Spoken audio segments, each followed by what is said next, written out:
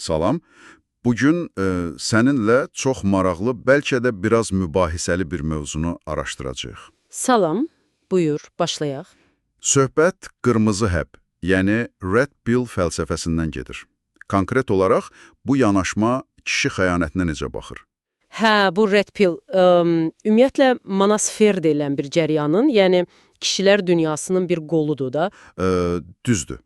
Məqsədimiz də odur ki, bu fəlsəfənin xəyanəti hansı arqumentlərlə, necə deyim, əsaslandırdığını anlayaq. Gəl başlayaq. Bu yanaşma əsasən kişi-qadın münasibətlərini, təkamül psixologiyası, bir də müəyyən sosial dinamikalarla izah etməyə çalışır.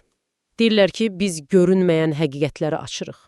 Elə ilk arqumentləri də deyəsən biologiya ilə bağlıdır. Mənbədə oxudum ki. Bəli, əsas arqument budur ki, kişilərin çoxsaylı partnyor axtarma meyli bioloji instinkti. Yəni, genetik irsi ötürmək üçün təbii bir şey kimi. Bu, kifayət qədər iddialı səslənir. Tamamilə. Və bu baxışda xəyanət, necə deyim, qismən təbii, hətta bioloji norma kimi təqdim olunur. Yəni, sosial qınaqdan çox təkamülə əsaslanan bir məntiqi izah önə çıxır. Elə bil ki, məsuliyyət azalır. Elədir. Sanki mən nə edim, biologiyam belədir kimi bir şey. Amma davamı da var. Hə, o cinsi bazarda dəyər, yəni SPV anlayışı, Sexual Marketplace Value. Bu nə deməkdir, necə bağlanır xəyanətə? Bax, bu maraqlıdır. Deyirlər ki, kişilərin dəyəri əsasən pul, status, güc, görünüşlə ölçülür, qadınlarınki isə daha çox gənclik və gözəlliklə. Və bu xəyanətə necə təsir edir? Belə izah edirlər ki, məsələn, qadın partnyorunun SPV-sini, yəni dəyərini aşağı görsə və ya daha yüksək dəyərli birini tapsa, bu hypergamy ilə izah olunur. Yəni, yuxarıya doğru partnyor axtarışı. Bəs kişilər tərəfdən? Kişilər üçün də deyirlər ki, əgər kişi öz SPV-sini artırmaq üçün, məsələn, karyerasında, fitnessdə çalışmırsa, o zaman bazarda mövqeyi zəifləyir və başqa qadınlara meyl edə bilər. Yəni, öz dəyərini sübut etmək üçün, bəlkə də. Anladım. Biologiya, bu bazar dəyəri, bir də, deyəsən, psixoloji fərqlər də vurğulanır. Bəli, o da var. Güya qadınlar təhlükəsizlik, dayanıqlıq axtarır, kişilər isə daha çox yenilik, novelty, hətta biraz risk. Aha, yenilik axtarışı. Bax, bu maraqlı məqamdır. Münasibətlər rutinləşəndə nə baş verir? Məhz elə. Deyilir ki, münasibət monotonlaşanda kişilər motivasiya itirə bilər. Bu yenilik axtarışı da təəssüf ki, bəzən xəyanətlə nəticələnir.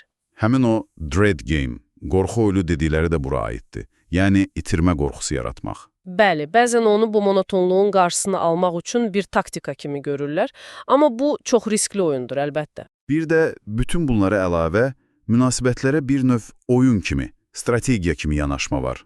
Game deyirlər. Hə, kişiləri təşviq edirlər ki, alfa statusuna çatın, yəni dominant, cəlb edici olun. Və bu oyun kontekstində bəzən başqa qadınlarla qısa müddətli əlaqələr, o plate spinning dedikləri. Ay sağ ol, plate spinning yəni eyni anda bir neçə boşqabı fırlatmaq. Bunu bəzən strategiyanın bir hissəsi kimi göstərirlər. Yaxşı, bəs bu strategiyada risk nədir, mükafat nədir? Bu oyun baxışında xəyanət bir növ risk-mükafat balansıdır. Risk odur ki, əsas münasibətin bitə bilər, mükafat isə yəni qısa müddətli həzz, egonun təmini, cinsi müxtəliflik. Amma bütün bu oyunlar, strategiyalar, insan düşünür ki, bəs etik məsuliyyət o harda qalır? Çox vacib sualdır. Mənbələ deyir ki, Red Pill-ın, belə deyək, rəsmi qaydaları sədaqəti birbaşa tələb etmir. Amma?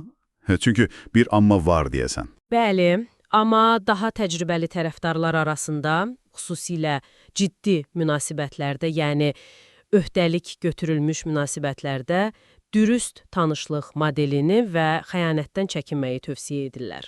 Yəni, bu o deməkdir ki, əgər kişi ciddi öhdəlik götürübsə, məsələn, evlidirsə, o zaman xəyanət hətta bu fəlsəfəyə görə də məqbul deyil. Əsasən bəli. Daha çox qeyri-müstəsna, yəni non-exclusive münasibətlərdə xəyanətə daha normal baxıla biləcəyini deyirlər. Ciddi öhdəlik varsa, vəziyyət fərqlidir. Təbii ki, bütün bu izahlara çoxlu tənqidlər var. Mənbədə buna toxunur. Əlbəttə, Tənqidçilər deyir ki, bu bioloji və strateji izahatlar sosial-mədəni faktorları, ən əsası da şəxsi məsuliyyəti azaldır. Və xəyanəti sanki normallaşdırır. Düzdür.